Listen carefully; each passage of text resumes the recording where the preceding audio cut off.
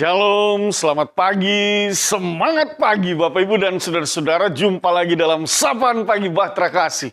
Kita mengucap syukur dan berterima kasih, kasih setia Tuhan tidak pernah usai dalam hidup kita. Menyertai, menuntun dan memimpin kita melintasi malam yang gelap, membangunkan kita di pagi hari dengan tubuh yang keberkatan. Kita akan memulai seluruh aktivitas kita pada hari ini, namun sebelumnya mari kita merenungkan firman Tuhan melalui Sapaan Pagi pada saat ini. Untuk itu Bapak Ibu dan Saudara-saudara, mari kita berdoa memohon pimpinan Roh Kudus. Bapa di dalam sorga, kami mengucap syukur dan berterima kasih. Kasih setiamu senantiasa kami rasakan dan kami alami. Kami dibangunkan di pagi hari dengan tubuh yang sehat dan kuat. Memulai seluruh aktivitas kami pada hari ini, kami mau memulainya di dalam terang firman Tuhan. Oleh sebab itu kami mohonkan, bersabda dan berfirmanlah, kuasailah kami dengan Roh-Mu yang kudus. Dalam nama Tuhan Yesus kami berdoa. Amin. Bapak, Ibu, dan Saudara-saudara, bacaan firman Tuhan pada saat ini terambil dari surat Ibrani, pasalnya yang ketiga, ayatnya yang ke-7 sampai dengan ayatnya yang ke-11. Mari kita siapkan Ibrani pasal 3, ayat 7 sampai dengan ayatnya yang ke-11. Mari Bapak Ibu dan Saudara-saudara, opa oma, anak cucu yang diberkati, mari kita baca bersama-sama di bawah judul perikop binasa karena murtad. Kita mulai ayat 7. Sebab itu seperti yang dikatakan Roh Kudus, pada hari ini jika kamu mendengar suaranya, janganlah keraskan hatimu seperti dalam kegeraman. Pada waktu pencobaan di padang gurun, di mana nenek moyangmu mencobai aku dengan jalan menguji aku. Sekalipun mereka melihat perbuatan-perbuatanku 40 tahun lamanya. Itulah sebabnya aku murka kepada angkatan itu dan berkata, selalu mereka sesat hati dan mereka tidak mengenal jalanku. Sehingga aku bersumpah dalam murkaku, mereka tak akan masuk ke tempat perhentianku. Demikian pembacaan Alkitab. Bapak, Ibu, dan Saudara-saudara yang dikasihi oleh Tuhan Yesus Kristus, latar belakang surat Ibrani pasal 5 ayat 7 sampai dengan ayat yang ke-11 ini berada pada Mazmur 95 ayat 7 sampai dengan ayatnya yang ke-11. Jadi Ibrani pasal 3 ayat 7 sampai dengan ayat 11 ini merupakan kutipan dari Mazmur pasal 95 ayatnya yang ke-7 sampai dengan ayatnya yang ke-11. Jika kita lihat di sana, lalu kemudian Mazmur pasal 95 ini ditulis dalam kerangka sebuah ajakan, sebuah himbauan, sebuah ajaran untuk menghormati Tuhan Allah dan mentaati segala perintah-perintah Tuhan Allah. Jadi bagaimana umat diajak untuk belajar, memahami, mengerti akan setiap perintah Allah, akan setiap ajaran, ketetapan hukum-hukum Allah. Dan ketika umat melakukannya itu, maka itulah yang disebut dengan umat menghormati Tuhan Allah dan umat taat kepada Allah. Nah, bacaan kita pada saat ini masih di seputar itu. Dalam surat Ibrani hal ini diangkat kembali untuk mengingatkan umat agar mereka belajar untuk taat. Bercermin pada perjalanan kehidupan bangsa Israel, di sana dikatakan bahwa pada masa lalu dalam perjalanan mereka di padang gurun, orang-orang Israel justru terlihat mencobai Allah dengan menguji Allah. Sekalipun mereka sudah melihat perbuatan-perbuatan yang begitu besar dari Allah, tetapi seringkali mereka mengeraskan hati Allah, mengeraskan hati mereka. Mereka tidak sungguh-sungguh memuji, mereka tidak sungguh-sungguh menghormati Tuhan Allah, mereka tidak sungguh-sungguh taat kepada Allah, melainkan berkali-kali mereka menguji Allah. Nah, ini dia, ini persoalan, ini pergumulan. Oleh sebab itu diingatkan di dalam surat Ibrani ini untuk jangan mengeraskan hati ketika kita mendengar suara Tuhan, atau ketika kita mendengar firman Tuhan, ketika kita mendengarkan ajaran Tuhan, maka dikatakan pada hari ini jika kamu mendengarkan suaranya, janganlah keraskan hatimu seperti dalam kegeraman. Pada waktu pencobaan di padang gurun, di mana nenek moyangmu mencobai aku dengan jalan menguji aku, sekalipun mereka melihat perbuatan-perbuatanku 40 tahun lamanya. Ini dia. Jadi Bapak, Ibu, dan saudara-saudara, kalau kita merefleksikan dalam kehidupan kita pada hari ini, hal yang sama juga diajarkan kepada kita, bahwa saya percaya perjalanan kehidupan kita sudah melihat betapa banyaknya perbuatan-perbuatan Allah yang besar. Sama seperti bangsa Israel ketika mereka berjalan 40 tahun menuju tanah perjanjian. Begitu banyak hal yang sudah mereka saksikan. Betapa dahsyat dan betapa hebatnya perbuatan-perbuatan yang dinyatakan oleh Allah. Tetapi realitas menggambarkan bagaimana juga dalam kehidupan mereka perbuatan-perbuatan Allah itu tidak membuat mereka semakin setia dan hormat kepada Allah, tetapi berkali-kali mereka meragukan, mereka menguji Allah, mereka mencobai Allah. Dan hal ini ingin mengajarkan dan mengingatkan kepada kita semua pada hari ini, kita pun melihat dan menyaksikan bagaimana perbuatan-perbuatan Allah itu dinyatakan dalam kehidupan pribadi kita, dalam kehidupan keluarga kita, di tengah berbagai tugas dan tanggung jawab ketika kita berhadapan dengan pergumulan dan persoalan, kita melihat kebesaran Tuhan itu dinyatakan dalam seluruh perjalanan hidup kita. Tetapi sekali lagi pada realitasnya berkali-kali juga ketika kita diperhadapkan dengan persoalan dan pergumulan dalam hidup ini, kita juga meragukan Allah, kita bimbang, kita seolah-olah tidak lagi melihat apa yang sudah Allah pernah lakukan di dalam hidup kita, yang seharusnya adalah ketika hari ini engkau diperhadapkan dengan pergumulan, engkau diperhadapkan dengan persoalan, maka seharusnya engkau melihat bahwa dan meyakini kalau pada masa lalu Tuhan sudah menolong saya, maka pada hari ini pun saya percaya Tuhan akan menolong saya. Bukan saja pada hari ini, bahkan di masa-masa yang akan datang, pertolongan Tuhan itu tidak pernah selesai dalam hidup saya. Hal itu yang harus kita yakini di dalam hidup kita.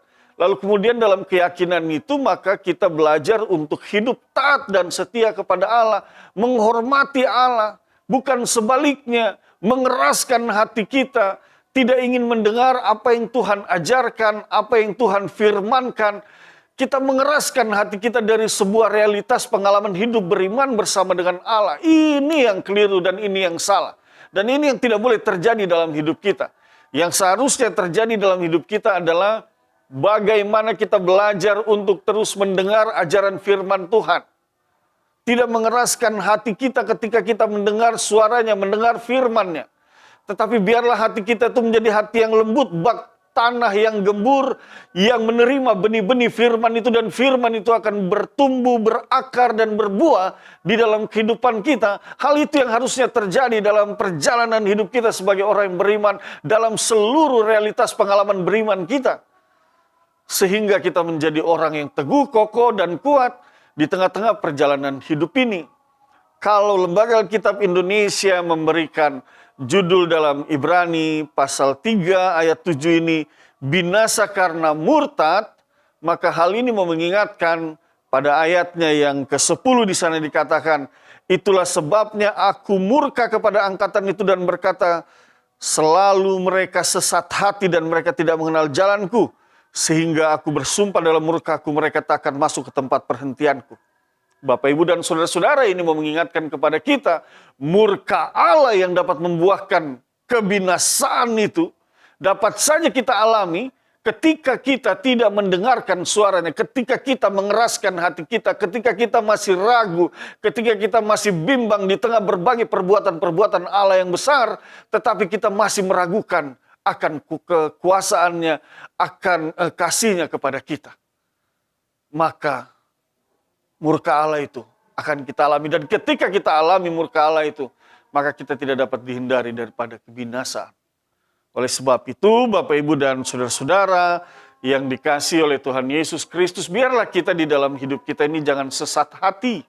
Sesat hati itu tadi orang yang tidak mendengar firman, orang yang ragu, orang yang tidak melihat pengalaman berimannya bersama dengan Allah, orang yang tidak tahu bersyukur di tengah berbagai pertolongan-pertolongan yang sudah pernah Tuhan lakukan di dalam hidupnya. Itu adalah orang yang sesat hati. Tetapi biarlah kita memiliki hati, sekali lagi, hati yang gembur, bak tanah yang gembur, yang menerima benih-benih firman Tuhan, dan firman itu bertumbuh berakar dan dia berbuah di dalam hidup kita. Bapak, Ibu, dan saudara-saudara, sungguh pertolongan dan kasih Tuhan itu tidak pernah usai dalam hidupmu. Jadi, kalau hari ini, apapun yang kau hadapi di dalam hidupmu, apapun itu, seberat apapun pergumulan dan persoalan yang kau alami, ataupun engkau punya rancangan yang engkau hendak bangun untuk masa depan keluargamu, karirmu, pekerjaan, pelayananmu, serahkan semua kepada Tuhan. Karena engkau harus ingat, yang paling pertama adalah Ia mengasihimu. Kalau Ia tidak mengasihimu, maka Dia tidak akan memberikan putranya yang tunggal supaya engkau diselamatkan. Roma pasal 5 ayat 8 mengatakan hal itu. Mari kita dengar bersama-sama. Saya ingin membacakan firman ini buat saudara-saudara. Roma pasal 5 ayat 8 di sana dikatakan demikian. Akan tetapi Allah menunjukkan kasih-Nya kepada kita oleh karena Kristus telah mati untuk kita ketika kita masih berdosa. Kasih Allah kepadamu itu diberikan bukan karena engkau berada dalam keadaan yang tidak berdosa, tetapi ketika engkau berada dalam keadaan berdosa, justru Allah tidak menghukummu, tetapi Dia mengasihimu dengan memberikan putra tunggalnya, agar engkau yang selayaknya binasa, tetapi engkau memperoleh kehidupan. Engkau diselamatkan. Oleh sebab itu sekali lagi, menyadari akan kasih Allah yang begitu luar biasa di dalam hidupmu, maka sekali lagi, jangan ragu, jangan bimbang dalam menjalani kehidupan ini. Karena apa? Karena penyertaan Tuhan dan kasih Tuhan tidak pernah selesai, tidak pernah usai di dalam hidupmu. Bahkan Mazmur 86 ayat 15 di sana dikatakan, saya ingin bacakan nats ini juga, ini satu nats yang baik buat saudara dan kita semua. Di sana dikatakan demikian, tetapi engkau ya Tuhan Allah penyayang dan pengasih, panjang sabar, berlimpah kasih dan setia. Allah itu Allah yang panjang sabar dan Dia memiliki kasih itu yang berlimpah, kasih setianya yang Dia nyatakan kepadamu, kepada kita semua. Oleh sebab itu sekali lagi, Bapak Ibu dan saudara-saudara yakin dan percayalah penyertaan, pemeliharaan dan pertolongan Tuhan yang engkau alami pada masa lalu akan terus engkau alami. Dan biarlah pengalaman imanmu bersama dengan Allah, hal-hal yang penuh dengan sukacita, kebahagiaan, hal-hal yang penuh dengan kebaikan yang engkau alami ini. Teruskan berita ini, sampaikan berita ini dan sebarkan. Dan katakan bahwa Allah begitu baik dalam hidupmu, bahwa Allah sudah melakukan berbagai perkara yang luar biasa dalam hidupmu, sehingga engkau boleh ada sebagaimana engkau ada. Dan Allah yang adalah Allah yang panjang sabar, yang berlimpah kasih setia itu, tidak akan pernah berhenti untuk mengasihi engkau. Tidak akan pernah berhenti. Dia akan tetap terus menuntun, memimpin, dan membimbing seluruh perjalanan hidupmu, keluargamu, anak-anakmu, untuk membawa engkau ke hari depan yang penuh dengan kebaikan. Oleh sebab itu saya percaya kalau hari ini engkau akan melakukan berbagai tugas dan tanggung jawabmu di tengah kehidupan keluarga, di tengah pekerjaanmu, di tengah-tengah masyarakat, ataupun di tengah-tengah jemaat, satu hal yang pasti, penyertaan dan pemeliharaan Tuhan itu akan tetap terus berlangsung. Engkau sudah dikasih, engkau sudah menerima hal-hal yang baik dalam hidupmu, maka biarlah hari ini engkau gunakan untuk meneruskan kasih setia Tuhan, untuk meneruskan cinta kasih Tuhan, untuk meneruskan segala kebaikan-kebaikan, berkat, anugerah, rahmat, damai, sejahtera Tuhan kepada sesamamu, agar melalui perbuatan tanganmu, agar melalui ucapan dan pikiranmu, agar melalui tugas dan tanggung jawab yang dipercayakan kepadamu pada hari ini, nama Tuhan ditinggikan dan dimuliakan. Mari Bapak Ibu dan saudara-saudara, jangan keraskan hatimu. Biarlah firman itu bertumbuh di dalam hidupmu. Kita berdoa. Kami mengucap syukur dan berterima kasih. Kami mohonkan teguhkanlah firman ini dalam hati dan pikiran kami. Menjadikan kami umat yang benar-benar mengasihi Tuhan, menghormati Tuhan dan taat kepada Tuhan dalam setiap ajaran, kehendak, perintah, dan firman Tuhan. Berkati Bapak, Ibu, Saudara-saudara, Opa, Oma, anak cucu. Berkati seluruh aktivitas kami hari ini. Berbagai tugas tanggung jawab yang akan kami kerjakan. Tuhan jaga pelihara kami, pakai kami menjadi saluran berkat, agar setiap orang juga boleh menerima dan merasakan kasih sayang Tuhan melalui hidup kami. Dan di atas semua itu nama Tuhan yang ditinggikan dan dimuliakan. Syukur kami kepadamu ya Allah, ampunkan dosa dan kesalahan kami. Dalam nama Tuhan Yesus kami berdoa dan mengucap syukur. Amin. Selamat pagi, Tuhan berkati kita semua.